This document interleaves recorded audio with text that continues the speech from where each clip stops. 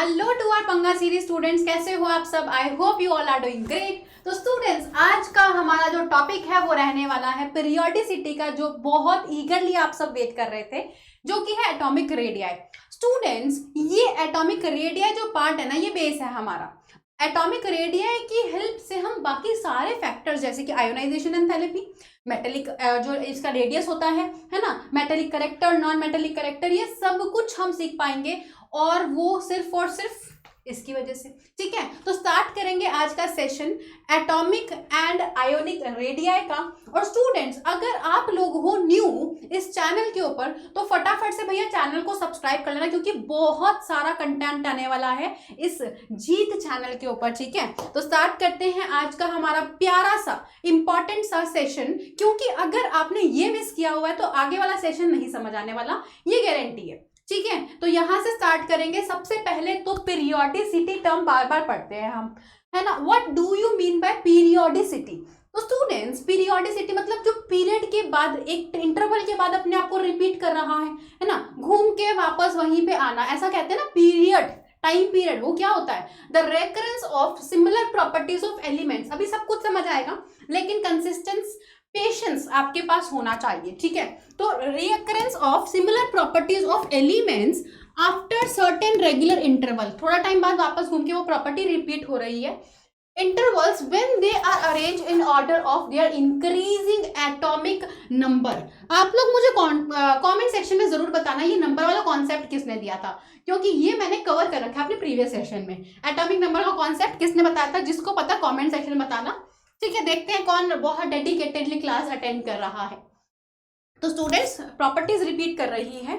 अब question is like कि ma'am क्यों हो रहा है ऐसा, प्रॉपर्टीज क्यों रिपीट कर रही है जब एटॉमिक नंबर के बेसिस पर हम अरेंज कर रहे हैं? So my dear students, the reason behind this is, आपका यहाँ पर कॉन्फ़िगरेशन देखना जरा। तो मैंने यहाँ पे ना एक आपके लिए स्निप्स लगा रखा है, इसका ध्यान से देखना। Lithium, sodium, potassium, rubidium, caesium and francium, ये हमारा ग्रुप नंबर फर्स्ट चल रहा है या नहीं चल रहा? लीना की रब से फरियाद, याद है वो वाला सेशन? अगर नहीं याद तो देख लेना। ठीक है, वो वाला हमने कवर किया, mnemonics of complete periodic table. तो स्टूडेंट्स, अगर आपको कॉन्फ़िगरेशन देखो, ये सभी के कॉन्फ़िगरेशन लिखे हुए हैं, है ना, हमने कॉन्फ़िगरेशन कर रखे हैं। तो कॉन्फ़िगरेशन के हिसाब से अगर आप देखो, सभी के वैलेंस में सबसे आखिरी में क्या आ रहा है? 2s1, 3s1, 4s1, 5s1, 6s1, और यहाँ पे आपको दिख रहा होगा 7s1। क्या हो रहा है यहाँ पर? लास्ट में सभी के अंदर s1 कॉन्फ़िगरेशन कॉमन है, इस वजह से सभी के आखिरी शेल में एक इलेक्ट्रॉन है, s के अंदर एक इलेक्ट्रॉन है। दैट मीन कि ये हमारे क्या कर रहे हैं, अपनी प्रॉपर्टीज को रिपीट कर रहे हैं, क्योंकि सभी के पास एक इलेक्ट्रॉन है। तो रीजन बिहाइंड द रिपीटेशन कि क्यों हो रहा है, क्योंकि उनका आउटर मोस्ट जो एनर्जी शेल है उन सभी के अंदर सेम तरीके का कॉन्फ़िगरेशन रहता है, सभी के अंदर s1 आता है। आपको एक और प्रूफ चाहिए तो ये देख लो, fluorine, chlorine, bromine, iodine. Mnemonics किसने याद किया था? फिर कल बाहर आई आंटी, है ना। तो यहाँ पर भी क्या है? 2s2 2p5, 3s2 3p5, 4s2 4p5 और 5s2 5p5। तो बताना जरा मुझे, प्रॉपर्टीज रिपीट क्यों हो रही है? क्योंकि यहाँ पर आउटर मोस्ट कॉन्फ़िगरेशन सेम आ रहा है, इसीलिए कॉज आता है पीरियोडिसिटी का। ड्यू टू देयर, क्वेश्चन आ जाता है यहाँ से कि पीरियोडिसिटी का रीजन क्या है, तो ऑप्शंस में लिखा होगा क्योंकि उसका आउटर मोस्ट कॉन्फ़िगरेशन क्या है? सिमिलर है, इसी वजह से। सेम नहीं, सिमिलर है। ओके, अब हम स्टार्ट करते हैं बच्चों एटॉमिक रेडियाई से। ये फर्स्ट हमारी पीरियोडिसिटी है, और इससे हम सारी की सारी पीरियोडिसिटीज करेंगे। एटॉमिक रेडियाई, तो क्या होता है एटॉमिक रेडियाई, किसको पता है? एटॉमिक रेडियाई अगर मैं आपसे पूछूं तो मेरे को कोई ऑर्डिनरी बच्चा कहेगा कि मैम ये न्यूक्लियस, हाँ ये एक इलेक्ट्रॉन है, न्यूक्लियस और इलेक्ट्रॉन के बीच का, आउटर मोस्ट इलेक्ट्रॉन के बीच का डिस्टेंस, मानोगे ना ये चीज? सभी ये चीज कहेंगे मैम इसको बोलते हैं एटॉमिक रेडियस। लेकिन अगर आपको पता हो कि हमें बाद में डिस्कवरी हुई वेव नेचर की, है ना, वेव नेचर के हिसाब से हमें पता चला कि यार ये इलेक्ट्रॉन तो ऐसे ऐसे करके घूम रहा है ना। तो यहाँ पर आ जाती है डिफिकल्टी कि आप जिसको रेडियस मान रहे थे वो तो एक्चुअल में रेडियस है ही नहीं, है ना, ये एक्चुअल में रेडियस नहीं है। तो एटॉमिक रेडियस को क्या बोलते हैं? Distance from the centre of electron to the outermost shell, ये बोलते थे। लेकिन डिफिकल्टी आ गई। क्यों डिफिकल्टी आ गई? क्योंकि साइज जो होता है ना एटम का, वो क्या होता है? बहुत छोटा, बहुत छोटा। इसको निकालने के लिए बहुत डिफिकल्टी आएगी। एटम के पास वेल डिफाइंड बाउंड्री नहीं है ना, यही तो कहा था प्रोबेबिलिटी हम बात करते थे, क्योंकि probability of finding the electron is never zero. मतलब आप ये कहोगे कि एटम से इतनी दूर भी अगर इलेक्ट्रॉन की प्रोबेबिलिटी है, भले वो बहुत दूर होने के बावजूद ना बराबर प्रोबेबिलिटी होगी, लेकिन प्रोबेबिलिटी है, ठीक है। It is not possible to isolate an atom, मतलब हम एटम को आइसोलेट नहीं कर सकते हैं और उसका रेडियस मेजर नहीं कर सकते। भैया वो बॉन्ड बना के बैठा हुआ है, बॉन्डेड नेचर की वजह से, आपके दूसरे एटम्स की वजह से, अगर एक एटम दूसरे एटम से बॉन्ड बना रहा है तो कहीं ना कहीं उसके इलेक्ट्रॉन इधर उधर होंगे, उसका रेडियस शिफ्ट होगा, तो वो प्रॉब्लम आ जाएगी। तो इसीलिए साइज जो होता है एटम का वो चेंज होता रहता है। मतलब हाइड्रोजन अगर क्लोरीन से बॉन्ड बना रहा है तो उसका रेडियस अलग होगा, हाइड्रोजन अगर फ्लोरीन से बॉन्ड बना रहा है तो उसका रेडियस अलग होगा। तो यहां पर आता है difference of radius due to bonded state. तो ये थी कुछ डिफिकल्टी। तो इस प्रॉब्लम को ओवरकम करने के लिए हमने एटॉमिक रेडियस को बोलते हैं कि इसका इफेक्टिव रेडियस। इफेक्टिव रेडियस से हम ये समझ जाएंगे कि ये एटम का एक्चुअल नहीं है बट अप्रोक्सीमेट हम बोल रहे हैं। ओके, तो अब हम बात करते हैं एटॉमिक रेडियाई को। देखो अब मेरी बात सुनो, एटम मैंने क्या कहा, आइसोलेटेड स्टेट में बहुत कम पाया जाएगा, किसी ना किसी के साथ बॉन्ड बनाया होगा, चाहे वो कोवलेंट बॉन्ड, चाहे वो आयनिक बॉन्ड, चाहे वो मेटेलिक बॉन्ड, है ना। तो कुछ ना कुछ बॉन्डिंग्स होगी उसके बीच में।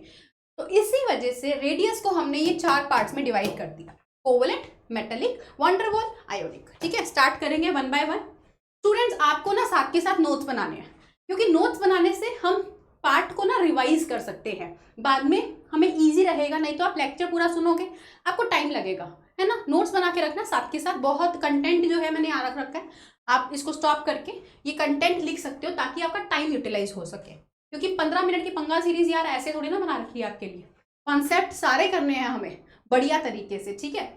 So yes, covalent radius start करेंगे किससे, कोवलेंट रेडियस से। कोवलेंट रेडियस क्या होता है यार, कोवलेंट बॉन्ड मेरे को बताओ किस लिए बनता है। कोवलेंट बॉन्ड बनता है ड्यू टू शेयरिंग, यानी कि दो एटम क्या कर रहे हैं, इलेक्ट्रॉन की शेयरिंग कर रहे हैं, एक दूसरे के साथ ओवरलैप कर रहे हैं। जब दो एटम एक दूसरे के साथ ओवरलैप करेंगे स्टूडेंट्स, तो कोवलेंट बॉन्ड बनेगा, राइट। तो हम क्या करते हैं, कोवलेंट रेडियस कैसे निकालते हैं। मान लो मेरा एटम ये रहा ए और दूसरा एटम ए ने शेयरिंग करी इलेक्ट्रॉन्स की और बॉन्ड बना दिया, राइट। अब क्वेश्चन क्या होता है ना कि जब ये बॉन्डिंग कर रहे हैं तो इसका आधा डिस्टेंस जो है ना दोनों के बीच का, उसका हाफ कर देंगे।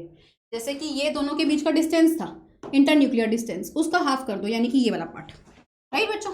ये क्या कर दिया हमने, हाफ ऑफ इंटरन्यूक्लियर डिस्टेंस, मतलब ये वाला, इसको बोल देंगे कोवलेंट रेडियस, सिंपल है ना। आधा कर दो इंटरन्यूक्लियर डिस्टेंस को, कोवलेंट रेडियस बन जाएगा। अगर दोनों एटम्स जो बॉन्ड बना रहे हैं ना वो सेम है, मतलब ये भी ए है और ये भी ए है, दोनों के बीच का डिस्टेंस क्या है, लाइक इक्वल ही होंगे ना, वो शेयरिंग करेंगे तो दोनों सेम है, तो उसका आधा कर देते हैं।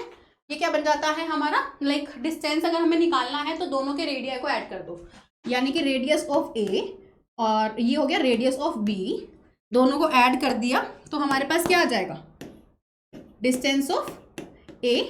ये ए ही मान के चलो क्योंकि दोनों सेम है ना, ए मान के चलेंगे, ठीक है। अगर मान लो हमारे दोनों एटम में ये तो शेयरिंग हो रही थी इक्वल, क्योंकि दोनों सेम नेचर के थे, लेकिन अगर डिफरेंट होंगे, यानी कि ए का नेचर बी के नेचर से अलग होगा, ये ए है और ये क्या हो गया, मान लो बी हो गया, है ना। शेयरिंग ओवरलैपिंग करेंगे, अपने ओवरलैप दिखाना है, ये ए हो गया और ये बी हो गया, अलग सा ओवरलैप होगा। तो इस बार डिस्टेंस क्या होगा ना, इसके लिए distance between A and B is different, A and B is different. इसमें रेडियस हम दोनों का एक क्या कर लेते हैं, ऐड कर लेते हैं। आप बी भी लिख सकते हो, मतलब हम ये बता देंगे कि इलेक्ट्रोनेगेटिविटी का ज्यादा डिफरेंस नहीं है। ए भी लिख सकते हो, ए बी भी लिख सकते हो, हमने ये बता दिया कि इलेक्ट्रोनेगेटिविटी का डिफरेंस नहीं है, वो सेम है। इलेक्ट्रोनेगेटिविटी क्या है, सेम है। तो आप ए भी लिख सकते हो, बी भी लिख सकते हो, दोनों सही है। लेकिन अगर दोनों डिफरेंट है इस पर और उसमें इलेक्ट्रोनेगेटिविटी का भी डिफरेंस है, मान लो ए की क्या है, ज्यादा है बी से, तो इस बार फॉर्मूले में ना ये एक चीज ऐड हो जाएगी। क्योंकि देखो मेरे को ये बताओ, अगर इलेक्ट्रोनेगेटिविटी डिफरेंस होगा तो एक ज्यादा ओवरलैप करेगा, तो आपका जो डिस्टेंस होगा ना वो थोड़ा कम हो जाएगा, है ना। डिस्टेंस कम हो जाएगा तो मुझे माइनस करना पड़ेगा 0.9 काई ऑफ ए माइनस काई ऑफ बी। ये क्या है, ये होता है इलेक्ट्रोनेगेटिविटी। ये सिंबल किसके लिए यूज करते हैं, इलेक्ट्रोनेगेटिविटी के लिए। ये सिंबल होता है इलेक्ट्रोनेगेटिविटी का, इलेक्ट्रोनेगेटिविटी, ठीक है। इलेक्ट्रोनेगेटिविटी का सिंबल हम यूज करते हैं। स्टार्ट करते हैं आगे मेटेलिक रेडियस से। तो स्टूडेंट्स मेटेलिक रेडियस क्या होता है, अब देखो एंड हमने बात करी किसकी, कोवेलेंट रेडियस बात कर लिया, क्योंकि कोवेलेंट बॉन्ड बन रहे थे। अब मेटेलिक रेडियस किसके लिए होगा, ऑब्वियसली जब मेटल बॉन्ड्स बना रहे होंगे ना तो उसको मेटेलिक रेडियस कहेंगे। तो मेटेलिक रेडियस क्या है, 1/2 of the internuclear distance between the two neighbouring atoms of a metal in metallic radius. इसका मतलब कैसे समझेंगे हम, इसका मतलब हम समझेंगे, ये देखो मेटल्स किस तरीके से अरेंज्ड होते हैं, मेटल्स कुछ इस तरीके से अरेंज्ड होते हैं, है ना। एक पूरा का पूरा क्या बनता है उनका, 3D नेटवर्क। आप 2D में, 3D में, या 3D, आप 3D इमेजिन करना। ये क्या है, मेटल्स के एटम्स इस तरीके से पैक्ड होते हैं, है ना। ये मेटल्स है, ये मेटल के एटम है ना। तो मेटल के एटम में कोई दो आपने ले लिए पार्टिकल्स, ये रहे, उनके बीच का डिस्टेंस बिटवीन मेटल उसको हाफ कर दिया, यानी इतना डिस्टेंस बिटवीन मेटल को हाफ कर दिया आपने, बन जाएगा मेटेलिक रेडियस। ठीक है, इस तरीके से मेटेलिक रेडियस निकाला जाता है। Now the next one is your wonder wall radius. बहुत इंपॉर्टेंट है वंडर वॉल रेडियस, बहुत इजी भी है। देखो पता है क्या होता है, वंडर वॉल बॉन्ड पता होना चाहिए सबसे पहले, क्या होता है वंडर वॉल बॉन्ड। बहुत बढ़िया एग्जाम्पल है, इससे ट्राई करेंगे। तो देखो मेरे पास है ये एक मॉलिक्यूल, मान लो हाइड्रोजन का, हाइड्रोजन से मिलके बना हुआ है H2 मॉलिक्यूल। ऐसे ही दूसरा मॉलिक्यूल हाइड्रोजन से मिलके बना हुआ है H2 मॉलिक्यूल, राइट। तो इनके बीच का जो रेडियस होता है उसको तो मैंने क्या कहा था, कोवेलेंट रेडियस बोला था आपको, बताया था इन दोनों के बीच का। ऐसे इन दोनों के बीच का भी क्या होगा, कोवेलेंट रेडियस होगा, यानी कि ये वाला बॉन्ड, ये वाला रेडियस इनके बीच का जो आ रहा है, ये वाला रेडियस कोवेलेंट रेडियस होगा।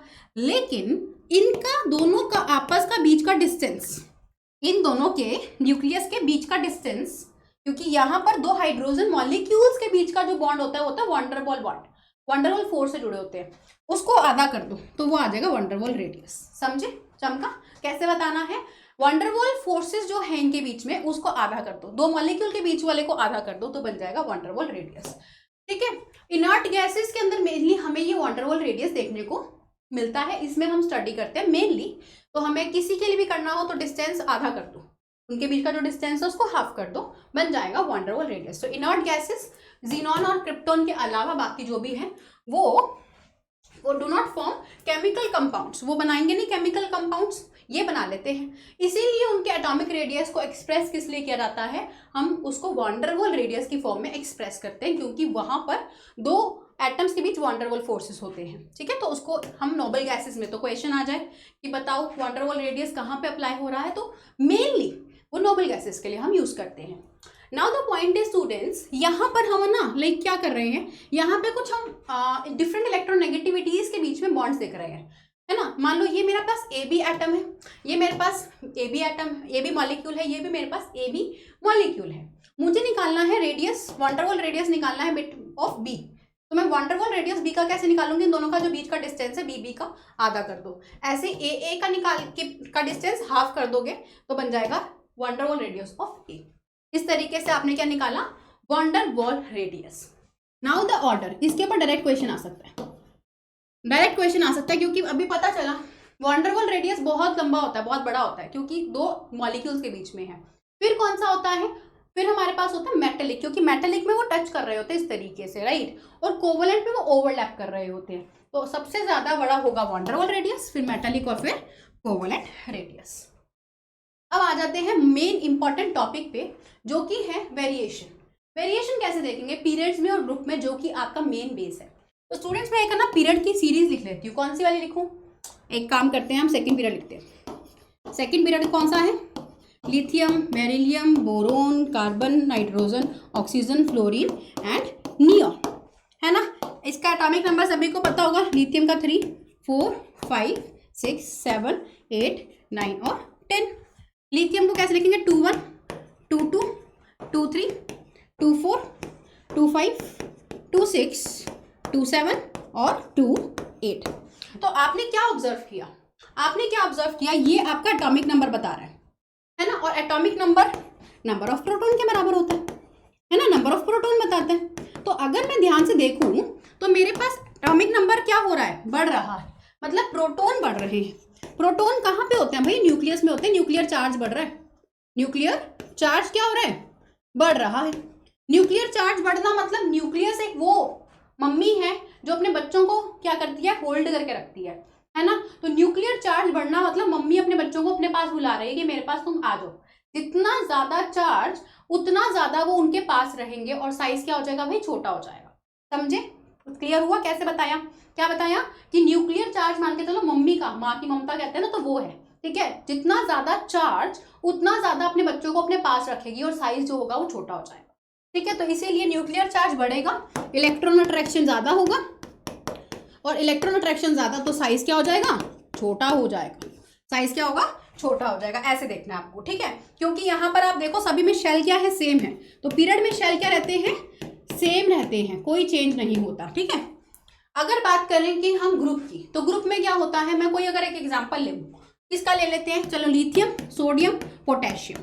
कैसे लिखते हैं इसको, 2 1 2 8 1 2 8 8 1। बिल्कुल बेसिक से कर रही हूँ, नहीं तो 1s वाला भी कॉन्फ़िगरेशन आप लिख सकते हो, वो भी सेम जाएगा। ऐसे करते हैं। तो यहाँ पर क्या हुआ, आप देखो 2 शेल, यहाँ 3 शेल, यहाँ 4 शेल। क्या हो रहा है, शेल्स बढ़ रहे हैं ना। तो शेल क्या करेंगे, ऊपर से नीचे जाने पर बढ़ेंगे, टॉप टू बॉटम जाने पर शेल क्या होगा, इंक्रीज, बढ़ेगा। शेल बढ़ना मतलब कि आपका साइज बढ़ना। यहां पर भी न्यूक्लियर चार्ज बढ़ेगा, ऐसी बात नहीं न्यूक्लियर चार्ज नहीं बढ़ेगा, न्यूक्लियर चार्ज बढ़ेगा, लेकिन उतना इफेक्टिव नहीं होगा जितना शेल। देखो पूरी की पूरी फ्लोर मान लो ऐड हो रही है, एक पूरी की पूरी फ्लोर बिल्डिंग में ऐड हो रही है, तो साइज क्या होगा, बढ़ेगा ना। तो बस सिंपल सी बात ये चीज थी, ओके। अब आयोनिक रेडिया की बात करें, आयोनिक रेडिया हमारा लास्ट रेडिया था। आयोनिक रेडिया का मतलब क्या होता है, आयोनिक रेडिया डिस्टेंस ऑफ आपका जो भी सेंटर न्यूक्लियस जो है, न्यूक्लियस का, है ना, उसको हम ऐसे एटम बनाएंगे, ये न्यूक्लियस है, न्यूक्लियस का डिस्टेंस वहां तक जहां तक उसका इन्फ्लुएंस हो सकता है एक आयनिक बॉन्ड के अंदर। कोई आयनिक बॉन्ड बना हुआ है दो एटम्स के बीच में, जितना वो इन्फ्लुएंस कर सकता है उसको बोलेंगे हम, है ना, आयनिक बॉन्ड। तो यहाँ पर आयन्स में कौन होता है, 2 तरीके के आयन्स होते हैं। ये देखो जरा, ये हमारे पास क्या दिख रहा है, इंटरन्यूक्लियर डिस्टेंस, है ना, ए का बी के बीच का distance, A radius of A, radius of B. तो ये क्या है, आयन का रेडियस, पॉजिटिव वाला कैटायन, नेगेटिव वाला एनायन। चलो देखो इसको हम कैसे बोलेंगे, कैटायन। सबसे पहले कैटायनिक रेडियस। कैटायन कौन होता है, जिसने, मान लो मेरा मेटल है, मेटल ने एक इलेक्ट्रॉन निकाल दिया, बन गया कैटायन। अब मजा आएगा, अब मजा इस चीज का आएगा। आप मुझे ये बताओ, जब मेटल एक इलेक्ट्रॉन निकालता है ना, इलेक्ट्रॉन खो गया उसका, इलेक्ट्रॉन खो गया मतलब एक मदर है, उसका एक बच्चा जो है वो पढ़ने के लिए बाहर चला गया, तो मदर के जो बच्चे बाकी रह जाएंगे घर पे, उन पे जो अट्रैक्शन, जो ममता होगी ना, वो ज्यादा हो जाएगी। समझे या नहीं? यानी कि आपने इलेक्ट्रॉन निकाल दिया, तो प्रोटॉन, मान लो सोडियम था, सोडियम के पास कितने इलेक्ट्रॉन थे, इलेक्ट्रॉन थे 11, प्रोटॉन भी थे 11, इलेक्ट्रॉन थे 11, प्रोटॉन भी 11। लेकिन सोडियम अगर पॉजिटिव बन गया, उसने एक इलेक्ट्रॉन निकाल दिया, अब इलेक्ट्रॉन कितने हो गए, 10, प्रोटॉन, मम्मी कितनी होगी, मम्मी मतलब 11। प्रोटॉन में चेंज नहीं आया, लेकिन इलेक्ट्रॉन कम हो गए, तो होल्ड करना ज्यादा हो गया, पर इलेक्ट्रॉन जो चार्ज आ रहा था न्यूक्लियस का वो ज्यादा हो गया। तो जब चार्ज ज्यादा होता है तो छोटा साइज होता है, चार्ज ज्यादा तो पास बुला देता है, तो साइज क्या हो जाएगा, छोटा। तो कैटायन का रेडियस में साइज क्या होता है, कम, कैटायन का साइज कम होता है। एनायन में उल्टा, एनायन में मान लो ए नाम का एलिमेंट है, उसने एक इलेक्ट्रॉन लिया और बन गया ए माइनस। अब इलेक्ट्रॉन ज्यादा हो गया, अब उल्टा हो गया, समझे। अब इलेक्ट्रॉन ज्यादा हो गया, मान लो घर में बाहर से कोई मेहमान आ गया, बाहर से कोई मेहमान आ गया, तो मम्मी ज्यादा ध्यान नहीं दे पाएंगे, क्योंकि बाहर से कोई और भी आ गया, ज्यादा हू हल्ला हो जाएगा, है ना। तो यहाँ पे हम कहेंगे कि अगर मान लो क्लोरीन था, क्लोरीन के पास नंबर 17 होता है, तो इलेक्ट्रॉन 17, प्रोटॉन भी कितने, 17। लेकिन अगर मैं बना दूं क्लोरीन माइनस, तो इलेक्ट्रॉन कितने हो गए, अब एक ज्यादा कर दो ना, इलेक्ट्रॉन ऐड हो गया, और प्रोटॉन कितने, 17 ही है। तो अब बताओ, जो अट्रैक्ट करने वाले थे वो कम है, इलेक्ट्रॉन ज्यादा है, तो इसका मतलब साइज क्या हो जाएगा, बड़ा हो जाएगा। साइज क्या हो जाएगा, बड़ा हो जाएगा। एक ये चीज भी कह सकते हैं कि इलेक्ट्रॉन आने से, एक एक्स्ट्रा इलेक्ट्रॉन आने से, घर में कोई आता था ना मेहमान, तो लड़ाइयाँ होने लग जाती है, दूर दूर भागते हैं एक दूसरे, तो साइज क्या हो जाएगा, बड़ा हो जाएगा, ठीक है। उसके बाद आता है iso electronic species. Students, what do you mean by iso electronic species? Iso electronic मतलब जिसके इलेक्ट्रॉन्स क्या है, बिल्कुल सेम है, इलेक्ट्रॉन्स क्या है, बिल्कुल सेम है। जैसे कि देखो Na के पास एटॉमिक नंबर कितना होता है, 11, मैग्नीशियम का 12, एल्यूमिनियम का 13, राइट। अगर मैं लिखूं इसके बताना प्रोटॉन, प्रोटॉन भी इलेक्ट्रॉन के बराबर, प्रोटॉन भी क्या होते हैं, नंबर एटॉमिक नंबर के बराबर। तो जो एटॉमिक नंबर है वही क्या हो जाएगा, एटॉमिक नंबर जो है वही क्या हो जाएगा आपका एटॉमिक नंबर ही तो नंबर ऑफ प्रोटॉन होगा। लेकिन इलेक्ट्रॉन क्योंकि लूज कर दिए पॉजिटिव चार्ज, पॉजिटिव का मतलब कुर्बानी दे दी, डोनेट कर दिया, तो इलेक्ट्रॉन एक लूज करने की वजह से माइनस कर दो 1, 10 आ जाएगा। मैग्नीशियम ने 2 निकाल दिए तो 12 में से 2 निकालोगे कितना 10। यहाँ एल्यूमिनियम ने 3 निकाल दिए तो यहाँ पे भी कितना 10। तो बताओ क्या सभी के इलेक्ट्रॉन 10 10 10 नहीं हुए? इसको बोलते हैं आइसोइलेक्ट्रॉनिक स्पीशीज। तो यहाँ से हम कहेंगे सभी के इलेक्ट्रॉन कितने हैं 10 है, लेकिन प्रोटॉन का इन्फ्लुएंस देखो अलग है।